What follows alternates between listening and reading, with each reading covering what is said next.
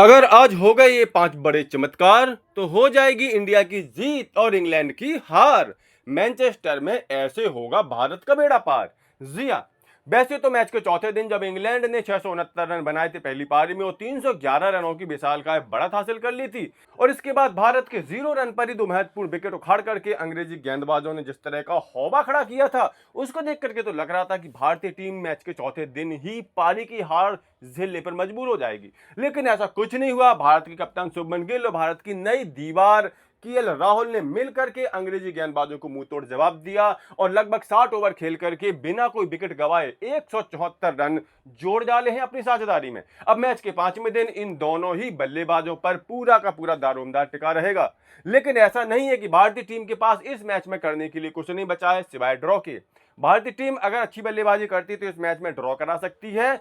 Draw भी उसकी एक जीत ही होगी। लेकिन अगर भारतीय बल्लेबाज और गेंदबाज अभी भी मैच के 5वें दिन कुछ अनोखा प्रदर्शन कर डालें तो मैं आपसे दावे के साथ कह सकता हूं कि भारतीय टीम इस मैच में भी जीत सकती है। तो आखिर कौन सी वो कंडीशंस होंगी जिसकी वजह से भारतीय टीम मैनचेस्टर में अभी भी जीत का परचम लहरा सकती है, आज की वीडियो में हम इस पर बात करने वाले हैं। सबसे पहली कंडीशन तो होगी कि भारतीय टीम को पहला सेशन बेहद संभल करके खेलना होगा।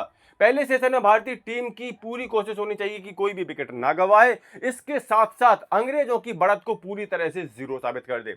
इससे बहुत बड़ा मनोवैज्ञानिक फायदा होगा क्योंकि जो इनिंग डिफीट का खतरा मंडरा रहा है वो पूरी तरह से खत्म हो जाएगा और भारतीय टीम खुल करके बल्लेबाजी कर सकेगी। इसके बाद आते हैं दूसरे सेशन के खेल में। जब आप अंग्रेजों की बढ़त को पहले ही सेशन में उतार दोगे, कुछ रन बना लोगे, तो दूसरे सेशन में आप आक्रामक बल्लेबाजी कर सकते हो और भारतीय टीम की बल्लेबाजी में अभी भी इतनी गहराई है कि वो आक्रामक बल्लेबाजी कर सकती है।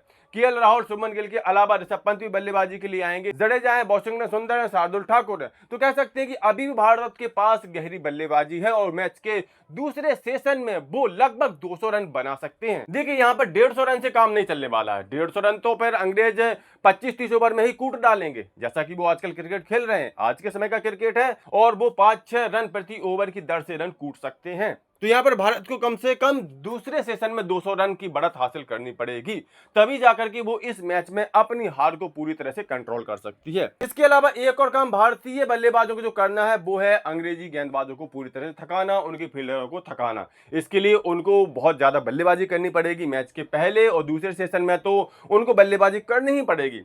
इसके बाद अब बारी आती है अंग्रेजी पारी की। अगर भारतीय टीम यहां पर 200 प्लस का टारगेट अंग्रेजों को देने में सफल रहे तो इसके बाद भारतीय गेंदबाजों की बारी आती है और यहां पर लगभग 30-35 ओवर अगर हम उन्हें खिलवा देते हैं तो निश्चित तौर पर भारतीय टीम के पास यहां जीतने का बहुत बढ़िया चांस बन सकता है। हालांकि यह कठिन है टेस्ट मैच में 30-35 ओवर में किसी टीम को ऑल आउट कर पाना, लेकिन फिर भी यहां पर भारतीय गेंदबाज अगर अविश्वसनीय प्रदर्शन कर डालें तो निश्चित तौर पर भारतीय टीम मैनचेस्टर में भी जीत का परचम लहरा पाएगी।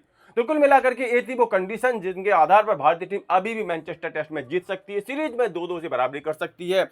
ऐसे में आप लोगों को क्या लगता है, क्या ये कंडीशंस जो कि मैंने आपको बताई हैं भारतीय टीम यहां पर पूरी कर सकती हैं और मैनचेस्टर को जीत सकती हैं? इस बारे में अपनी राय, अपना प्रेडिक्शन कमेंट करके जरूर दें। साथ ही स्पोर्ट्स के ऐसे सभी अपडेट्स के लिए सफलतानामा चैनल सब्सक्राइब जरूर कर लें।